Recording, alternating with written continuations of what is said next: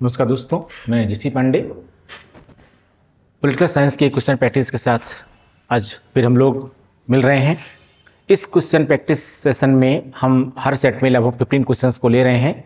इस सेट में भी हमने कुल 15 क्वेश्चंस को लिया हुआ है, जिसमें मुख्य रूप से हमने जो क्वेश्चंस लिए हुए हैं वे उदारवाद से संबंधित हैं, नौ उदारवाद से संबंधित हैं और कुछ क्वेश्चन हमने व्यक्तिवाद से भी लिए हुए हैं।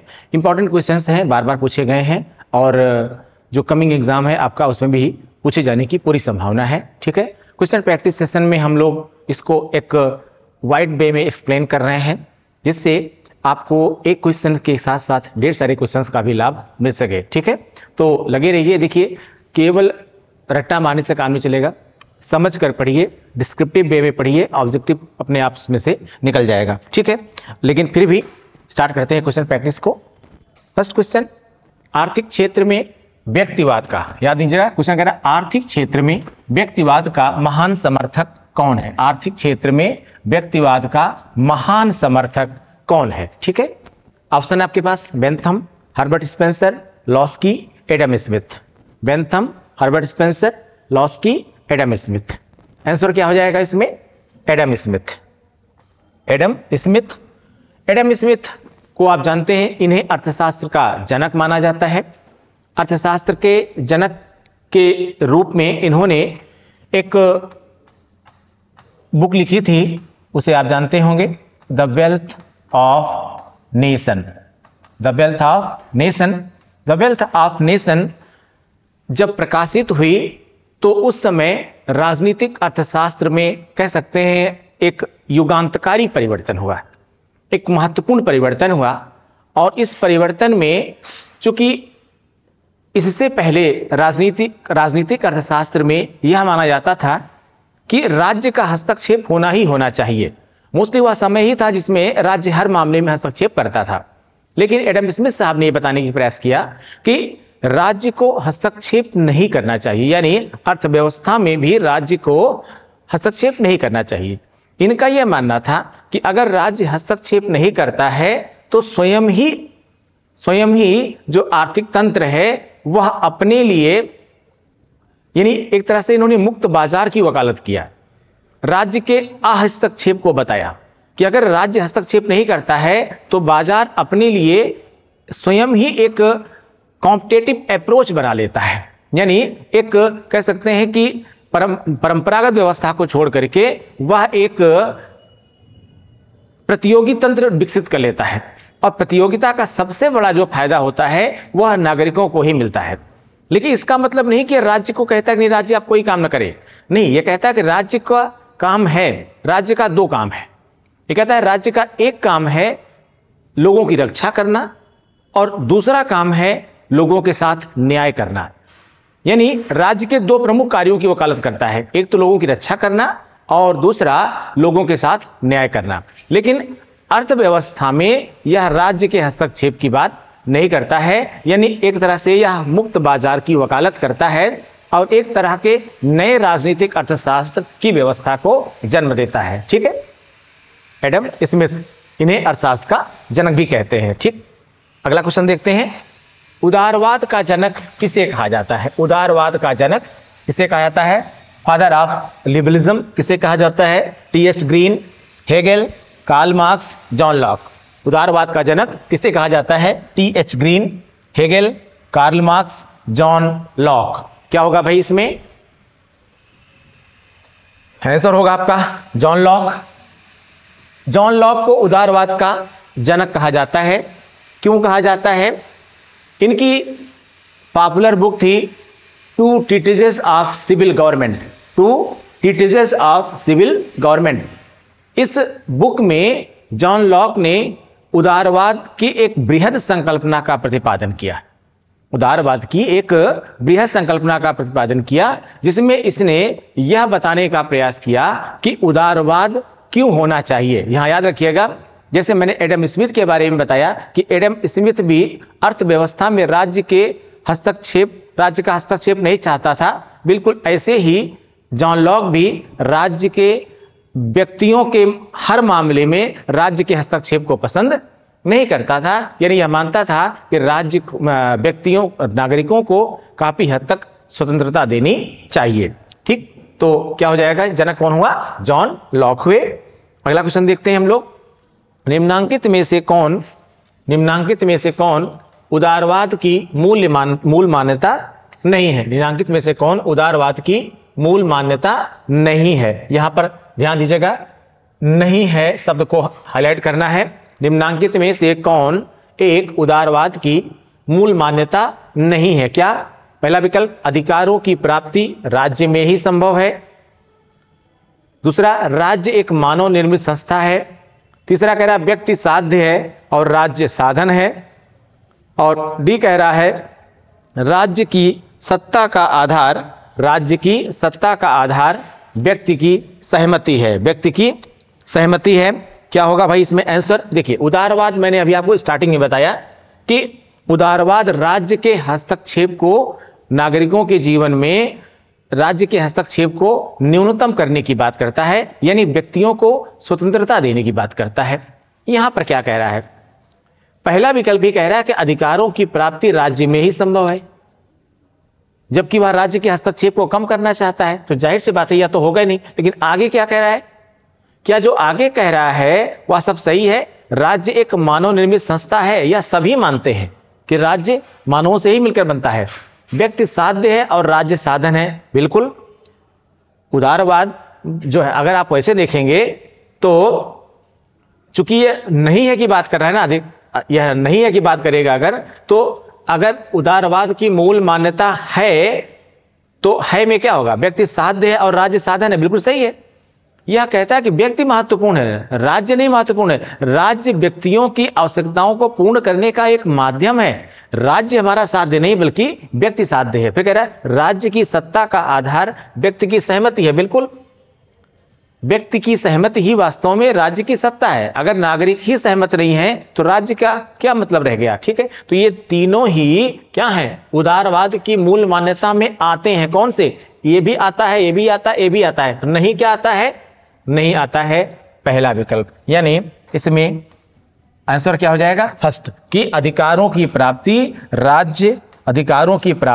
राज्य में ही संभव है। ऐसा जो है उदारवाद नहीं कहता है। ठीक है, ऐसा उदारवाद नहीं कहता है। ठीक, तो आंसर क्या हो जाएगा इसका, ए हो जाएगा। अगला क्वेश्चन देखते हैं, उदारवाद का मौलिक सिद्धांत है वैयक्तिक स्वतंत्रता, सामाजिक न्याय, समानता, राष्ट्रवाद। स्पष्ट है आपसे कि उदारवाद का मौलिक मतलब मूलभूत सिद्धांत, बेसिक कॉन्सेप्ट क्या होगा इसका, वैयक्तिक स्वतंत्रता, सामाजिक न्याय, समानता और राष्ट्रवाद।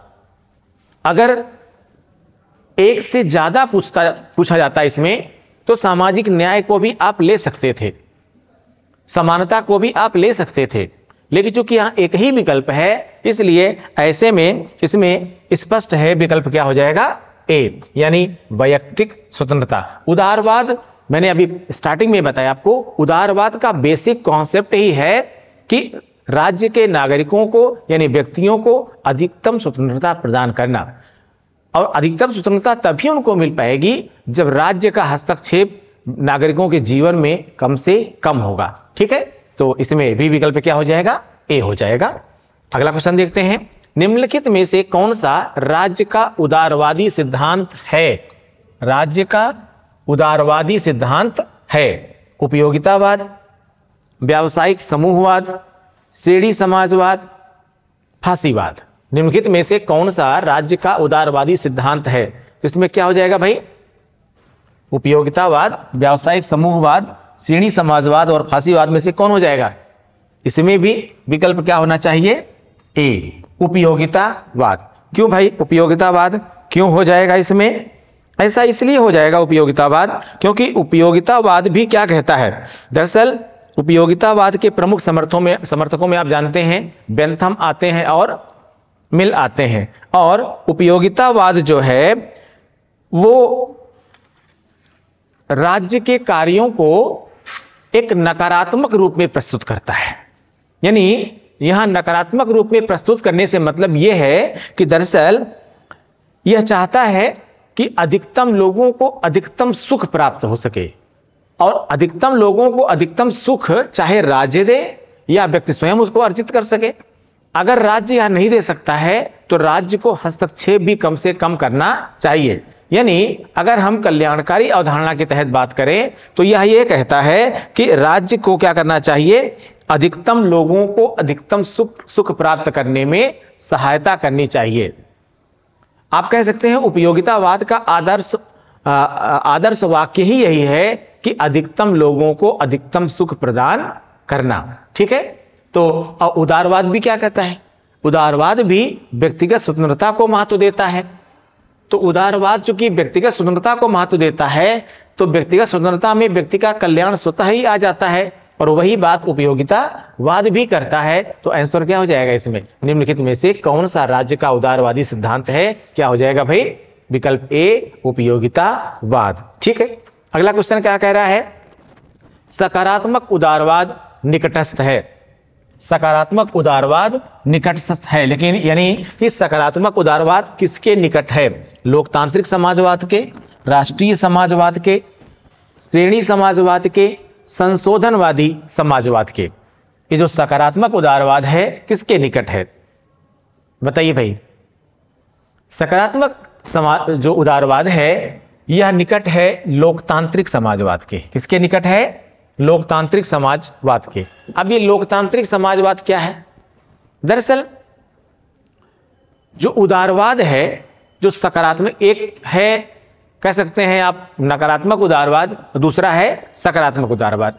दरअसल सकारात्मक उदारवाद को सकारात्मकता में देखता है, इस आधार पर देखता है जैसे जो उदारवाद है वह राज्य के हस्तक्षेप को बिल्कुल पसंद नहीं करता, लेकिन जो सकारात्मक उदारवाद है वह लोकतांत्रिक व्यवस्था में राज्य के हस्तक्षेप की बात करता है। लेकिन किस प्रकार से हस्तक्षेप की बात करता है, वह यह बात करता है कि दरअसल लोकतांत्रिक समाजवाद में व्यक्ति की स्वतंत्रता को महत्व मिलना चाहिए, लेकिन अगर व्यक्ति की स्वतंत्रता में राज्य स्वयं भी अपना योगदान करता है, राज्य भी अपना योगदान करता है, तो ऐसे में राज्य की भूमिका को भी स्वीकार किया जाना चाहिए। ठीक है, यानी राज्य भी अपना कार्य करे और व्यक्ति भी अपना कार्य करे, लेकिन राज्य का कार्य इस प्रकार से होना चाहिए कि यह व्यक्ति की स्वतंत्रता में साधक बने, व्यक्ति की स्वतंत्रता में बाधक नहीं बने। तो और लोकतांत्रिक संदर्भों में व्यक्तियों को महत्व देना और राज्य की भूमिका को भी स्पष्ट करना ही लोकतांत्रिक समाजवाद की अवधारणा है। तो लोकतांत्रिक समाजवाद जो है हमारा, ये क्या है, सकारात्मक उदारवाद का चरित्र है। क्वेश्चन दोनों प्रकार से पूछा गया है, सकारात्मक उदारवाद निकटस्थ किसके है, लोकतांत्रिक समाजवाद के, और अगर इसको ऐसे भी पूछा गया है कि लोकतांत्रिक समाजवाद निकट है किसके, सकारात्मक उदारवाद के। ठीक है, अगला क्वेश्चन देख लेते हैं, निम्नलिखित में से कौन सा सही सुमेलित है, निम्नलिखित में से कौन सा सही सुमेलित है, उदारवाद मिश्रण है लोकतंत्र व व्यक्तिवाद का, अगला कह रहा है उदारवाद मिश्रण है साम्यवाद व व्यक्तिवाद का, फिर कह रहा है उदारवाद मिश्रण है समाजवाद व बहुलवाद का, फिर कह रहा है उदारवाद मिश्रण है व्यक्तिवाद व मार्क्सवाद का। ठीक है, दरअसल इसमें भी आपका जो आंसर होगा वो जैसा पहले क्वेश्चन था उसी के आधार पर होगा। क्या होगा, कह रहा है कौन सा सही सुमेलित है में उदारवाद मिश्रण है लोकतंत्र व व्यक्तिवाद का। दरअसल व्यक्तिवाद का ही एक रूप है कौन सा, उदारवाद। ठीक है, व्यक्तिवाद का ही एक रूप है उदारवाद, क्योंकि दोनों ही व्यक्तियों की स्वतंत्रता की बात करते हैं। लेकिन लोकतंत्र जो है, जो आप लोकतंत्र देख रहे हैं यहां पर, दरअसल जब आप व्यक्तिवाद और लोकतंत्र को मिला देते हैं, जब व्यक्तिवाद यानी लोकतंत्र, व्यक्तिवाद और लोकतंत्र को मिलाने का संदर्भ क्या हुआ कि लोकतांत्रिक व्यवस्था के अंतर्गत व्यक्तिवाद, लोकतांत्रिक, जैसे भारत एक कल्याणकारी राज्य है, भारत में लोकतंत्र है, लेकिन भारत अगर कल्याणकारी राज्य है इसका मतलब इसमें व्यक्तिवाद को भी महत्व दिया गया है। और अगर कल्याणकारी राज्य है तो किस प्रकार का? लोकतांत्रिक व्यवस्था के तहत है, यानी हमको आपको राज्य को चुनने का अधिकार है, राज्य को यानी सरकारों को बनाने का, सरकारों को बिगाड़ने का अधिकार हमारे पास है। ठीक है, तो हम एक लोकतंत्र हैं। अब लोकतंत्र और व्यक्तिवाद दोनों भारत में मिल रहा है ना, इसीलिए हम क्या कहते हैं कि भारत एक उदारवादी राज्य है। तो बिल्कुल वही क्वेश्चन पूछ रहा है आपका कि क्या सुमेलित है, स्पष्ट है, उदारवाद मिश्रण है किसका? लोकतंत्र और व्यक्तिवाद का। ठीक है, याद रखिएगा, लोकतंत्र में भी व्यक्ति की स्वतंत्रताओं को महत्व दिया जाता है और व्यक्तिवाद में भी व्यक्ति को स्वतंत्रताओं को महत्व दिया जाता है। लोकतांत्रिक व्यवस्था में भी राज्य का हस्तक्षेप हर जगह पर नहीं हो जाता है। अगर हर जगह हो जाएगा तो वहां लोकतांत्रिक समाजवाद हो जाएगा, लेकिन अगर हर जगह पर हस्तक्षेप नहीं हो रहा है, इसका मतलब कि वह राज्य उदार चरित्र दिखा रहा है, व्यक्तिवादी चरित्र दिखा रहा है। बेटा मिलाने की कोशिश करना, अगर मिलाने की कोशिश करोगे तो आपका क्वेश्चन गलत नहीं होगा। रट्टा मत मारो, बिल्कुल भी समझने की कोशिश करो। ठीक है, बाकी अगर देखेंगे आप तो उदारवाद मिश्रण साम्यवाद और व्यक्तिवाद का नहीं हो सकता। उदारवाद मिश्रण है समाजवाद व बहुलवाद का, बिल्कुल नहीं हो सकता। उदारवाद मिश्रण है व्यक्तिवाद व मार्क्सवाद का, यह भी बिल्कुल नहीं हो सकता। आंसर क्या होगा इसमें? आपका ए हो जाएगा। ठीक है, आइए अगला क्वेश्चन देखते हैं। इनमें से आधुनिक उदारवादी राज्य की कौन सी विशेषता नहीं है? इनमें से आधुनिक उदारवादी राज्य की कौन सी विशेषता नहीं है? नहीं पे जरूर फोकस कर लीजिए आप। स्वतंत्र एवं निष्पक्ष चुनाव, फिर कह रहा है जनता को मूल अधिकार, फिर कह रहा है एक से अधिक राजनीतिक दल, और फिर कह रहा है राज्य द्वारा आर्थिक नियोजन। कौन सी विशेषता नहीं है? अब बताइए, अगर आप राज्य की अवधारणा की बात करते हैं, राज्य के कॉन्सेप्ट को आप स्वीकार करते हैं, उसकी उपस्थिति को स्वीकार करते हैं, तो क्या आप निष्पक्ष चुनाव नहीं चाहते? बोलिए भाई, स्वतंत्र और निष्पक्ष चुनाव नहीं चाहेंगे? जाहिर सी बात है कि यह भी है क्या, यह उदारवादी राज्य की विशेषता है ना? तो ये नहीं पूछ रहा है, हमको बताना क्या है, नहीं क्या है। तो ये तो आता है, उदारवादी राज्य की विशेषता है ये। फिर कह रहा है कि जनता को मूल अधिकार। कौन सा राज्य है जो जनता को मूल अधिकार नहीं देगा? उदारवादी नहीं देगा, हो ही नहीं सकता, यह भी विशेषता है। फिर कह रहा है एक से अधिक राजनीतिक दल। उदारवाद अगर आपके यहां है तो चाहे द्विदलीय व्यवस्था हो, चाहे वह बहुदलीय व्यवस्था हो। ठीक है, अगर आप एक दलीय व्यवस्था में आ जाते हैं तो कहीं ना कहीं आप साम्यवाद की तरफ जा सकते हैं, संभव ही नहीं है। लेकिन फिर कह रहा है, यानी ये भी है, जबकि पूछ क्या रहा है, आधुनिक उदारवादी राज्य की कौन सी विशेषता नहीं है? तो नहीं है के सेंस में क्या होगा? कह रहा है राज्य द्वारा आर्थिक नियोजन। अभी हमने आपको बताया था कि एडम स्मिथ ने उदारवाद की वकालत की, राजनीतिक उदारवाद की संकल्पना को परिवर्तित किया, आर्थिक उदारवाद की संकल्पना को परिवर्तित करने का प्रयास किया, और द वेल्थ ऑफ नेशन में यह लिखा कि राज्य को आर्थिक व्यवस्था में कम से कम हस्तक्षेप करना चाहिए, यानी राज्य को मुक्त व्यापार को बढ़ावा देना चाहिए। तो जाहिर सी बात है ना कि राज्य द्वारा आर्थिक नियोजन यह उदारवादी राज्य की विशेषता नहीं है, यह उदारवादी राज्य की विशेषता नहीं है। तो आंसर क्या हो जाएगा इसमें आंसर हो जाएगा, इनमें से आधुनिक उदारवादी राज्य की कौन सी विशेषता नहीं है? कौन सी नहीं है? राज्य द्वारा आर्थिक नियोजन। ठीक है, या इसकी विशेषता नहीं है। अगला क्वेश्चन देख ले। आधुनिक उदारवाद का लक्ष्य है, आधुनिक उदारवाद का लक्ष्य है, क्या लक्ष्य है भाई? श्रमिक वर्ग के हितों की रक्षा, फिर कह रहा है पूंजीपतियों के हितों की रक्षा, मध्यम वर्ग के हितों की रक्षा, फिर कह रहा है समाज के सभी वर्गों के हितों की रक्षा। आधुनिक उदारवाद जो है वह लिबरल हो जाता है, और जब भी कोई राज्य लिबरलिज्म की तरफ भागेगा, ठीक है, और अगर हम मॉडर्न लिबरलिज्म के कॉन्सेप्ट को देखेंगे तो मॉडर्न लिबरलिज्म क्या होती है?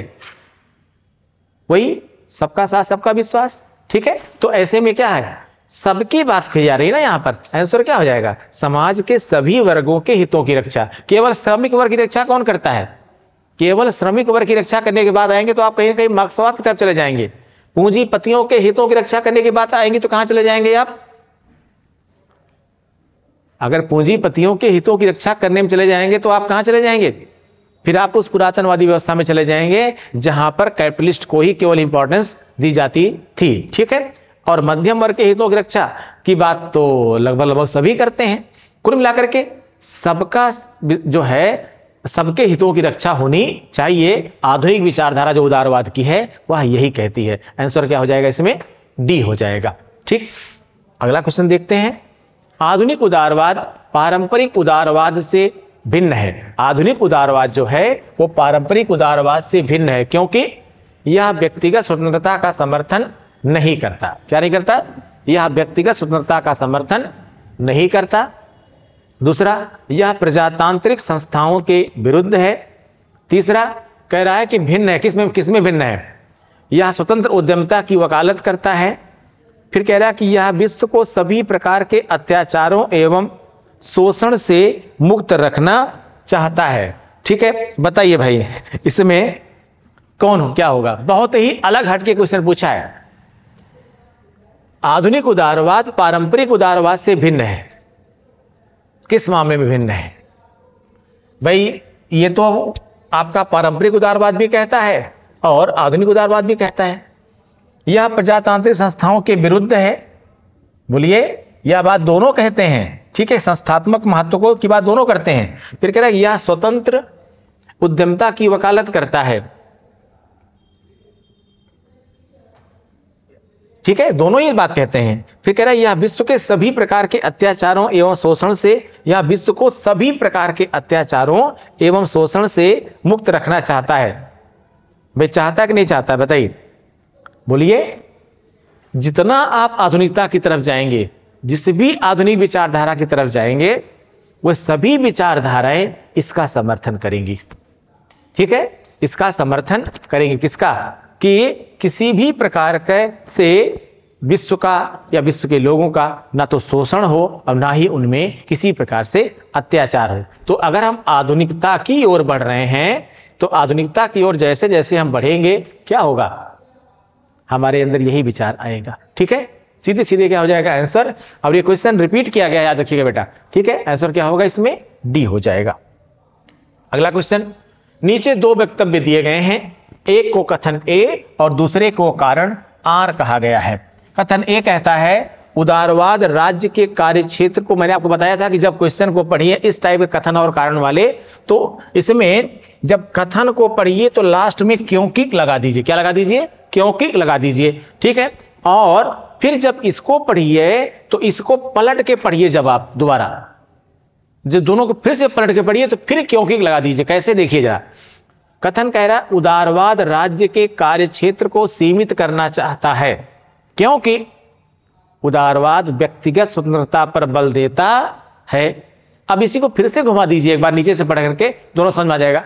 उदारवाद व्यक्तिगत स्वतंत्रता पर बल देता है क्योंकि उदारवाद राज्य के कार्य क्षेत्र को सीमित करना चाहता है। अब बताइए जरा, दोनों ए तथा आर दोनों सही हैं और ए की सही व्याख्या आर करता है कि नहीं करता? ए तथा आर दोनों सही है और ए की सही व्याख्या आर नहीं करता। क्या ये सही है या आर गलत है? ठीक है, या ए गलत है? ए सही है आर गलत है या ए गलत है आर सही है? क्या होगा भाई? स्पष्ट है एकदम। जैसे ही पढ़ेंगे एकदम क्लियर हो जाएगा कि उदारवाद राज्य के कार्य क्षेत्र को सीमित करना चाहता है। अभी हमने बताया कि राज्य उदारवाद जो है राज्य के अहस्तक्षेपवादी नीति का समर्थन करता है। यानी राज्य को हर कार्य में व्यक्तिगत स्वतंत्रता को महत्व देना चाहिए, राज्य को सब जगह पर हस्तक्षेप नहीं करना चाहिए। ठीक है, जाहिर सी बात है कि उदारवाद व्यक्तिगत स्वतंत्रता पर बल देता है। आंसर क्या हो जाएगा? सीधे ए हो जाएगा। यानी ए और आर दोनों सही हैं और ए की सही व्याख्या आर करता है। ठीक है, आइए अगला क्वेश्चन देख लेते हैं हम लोग। इंग्लैंड में लॉर्ड बेब्रिज प्रतिवेदन ने जिस राज्य की अवधारणा को प्रकट किया था, इंग्लैंड में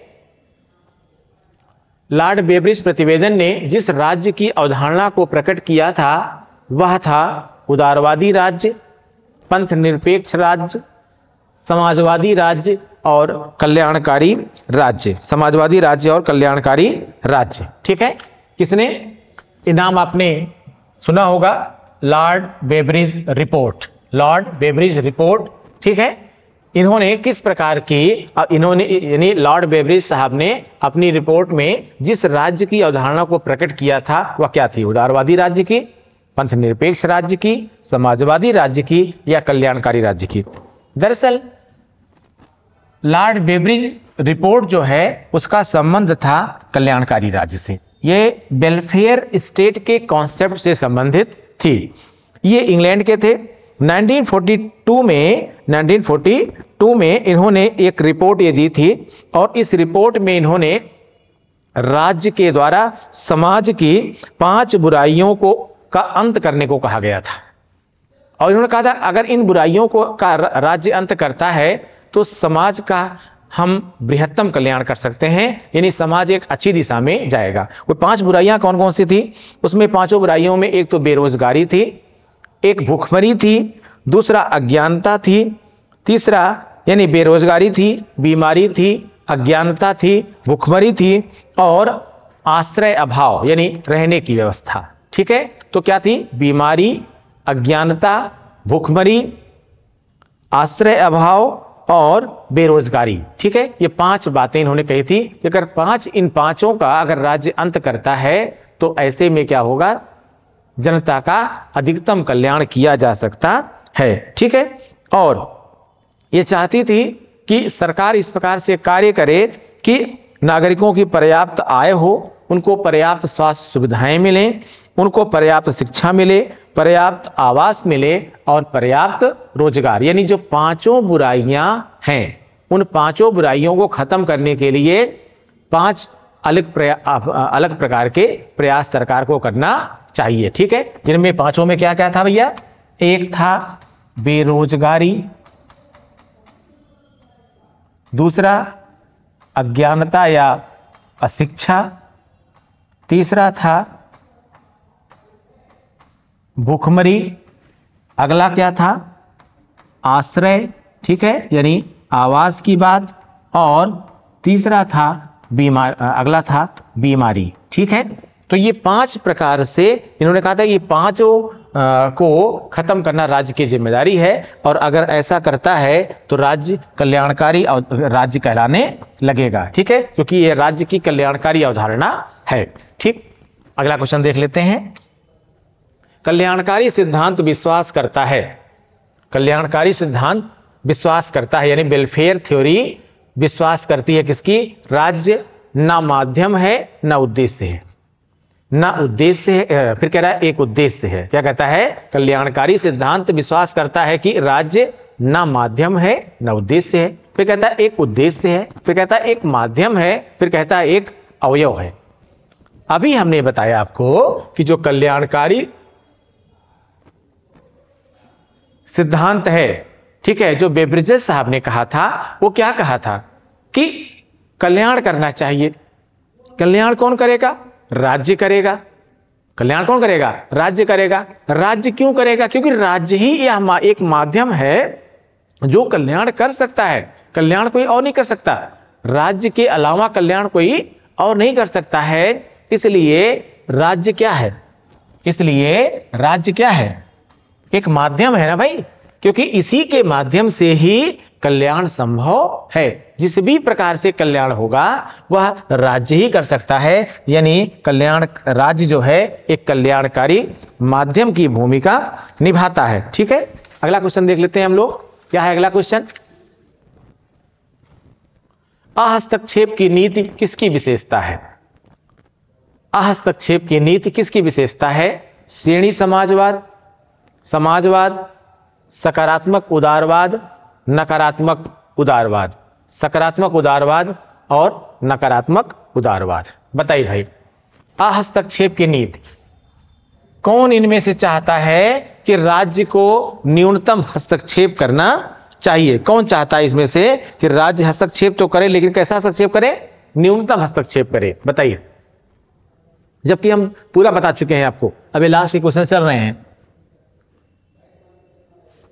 इन पर तो बिल्कुल विचार ही मत करिए आप, इन पर बताइए सकारात्मक उदारवाद होगा कि नकारात्मक उदारवाद होगा? दोनों ही हम पढ़ा चुके हैं, अभी इससे पहले क्वेश्चन में पढ़ा चुके हैं। अपने लेवल पर बताइए आप लोग क्या होगा। नकारात्मक उदारवाद, एकदम याद कर रख लीजिएगा, नकारात्मक उदारवाद चाहता है कि राज्य कम से कम हस्तक्षेप करे या हस्तक्षेप ना करे। राज्य क्या करे? केवल लोगों को न्याय उपलब्ध कराए, लोगों की विभिन्न प्रकार से रक्षा करे, लेकिन राज्य खासकर व्यक्तिगत स्वतंत्रता में किसी भी प्रकार का हस्तक्षेप न करे। यह कौन चाहता है? नकारात्मक उदारवाद। यानी नकारात्मक उदारवाद राज्य के अहस्तक्षेप की नीति का समर्थन करता है। लेकिन वहीं पर लगे हाथ आप समझ लीजिए कि जो सकारात्मक उदारवाद है, सकारात्मक उदारवाद क्या करता है? सकारात्मक उदारवाद राज्य के का हस्तक्षेप चाहता है, लेकिन राज्य का हस्तक्षेप सकारात्मक व्यवस्था में चाहता है। कैसे चाहता है? कि राज्य हस्तक्षेप करे, लेकिन सकारात्मक हस्तक्षेप करे, व्यक्ति की स्वतंत्रता बढ़ाने में हस्तक्षेप करे, व्यक्ति को न्याय उपलब्ध कराने में हस्तक्षेप करे, व्यक्ति का कल्याण करने में हस्तक्षेप करे, व्यक्ति की स्वतंत्रता को कम करने या उनकी विभिन्न प्रकार से उन पर प्रतिबंध लगाने में हस्तक्षेप ना करे। समझ रहे हैं? तो इसमें सीधे आंसर क्या हो जाएगा? नकारात्मक उदारवाद। ठीक है, आइए अगला क्वेश्चन देख लेते हैं। लोक कल्याणकारी राज्य आवश्यक रूप से संश्लेषण है। लोक कल्याणकारी राज्य, ठीक है, यानी एक वेलफेयर स्टेट की बात की जा रही है। आवश्यक रूप से संश्लेषण मतलब एक तरह से कह सकते हैं मिल करके जो बनाया गया हो। साम्यवाद और आदर्शवाद का, समाजवाद और साम्यवाद का, उदारवाद और समाजवाद का, व्यक्तिवाद और फांसीवाद का। लोक कल्याणकारी राज्य आवश्यक रूप से संश्लेषण है किसका? साम्यवाद और आदर्शवाद का, समाजवाद और साम्यवाद का, उदारवाद और समाजवाद का, व्यक्तिवाद और फांसीवाद का। क्या होगा भाई? आंसर क्या होगा इसमें? साम्यवाद और आदर्शवाद अगर आप मिलाएंगे, साम्यवाद मिलाएंगे, लोक कल्याणकारी मिलाएंगे, संभव नहीं है।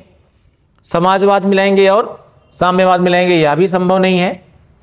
वास्तव में आंसर होगा इसमें उदारवाद और समाजवाद। ठीक है, लोक कल्याणकारी राज्य की जो अवधारणा है वह उदारवाद और किसको मिलकर बनाई गई है? उदारवाद और समाजवाद को मिला करके बनाई गई है। ठीक है, दरअसल कल्याणकारी राज्य में उदारवाद से स्वतंत्रता, कल्याणकारी राज्य में उदारवाद से क्या लिया गया है? उदारवाद से स्वतंत्रता ली गई है और समाजवाद से कल्याणकारी विचारधारा को लिया गया है। ठीक है, यानी उदारवाद से स्वतंत्रता और समाजवाद से कल्याण को लिया गया है और इन दोनों का मिश्रण, ठीक है, ऐसा बनाया गया है जो पुलिस राज्य और संपूर्ण राज्य दोनों का मिश्रण हो सकता है।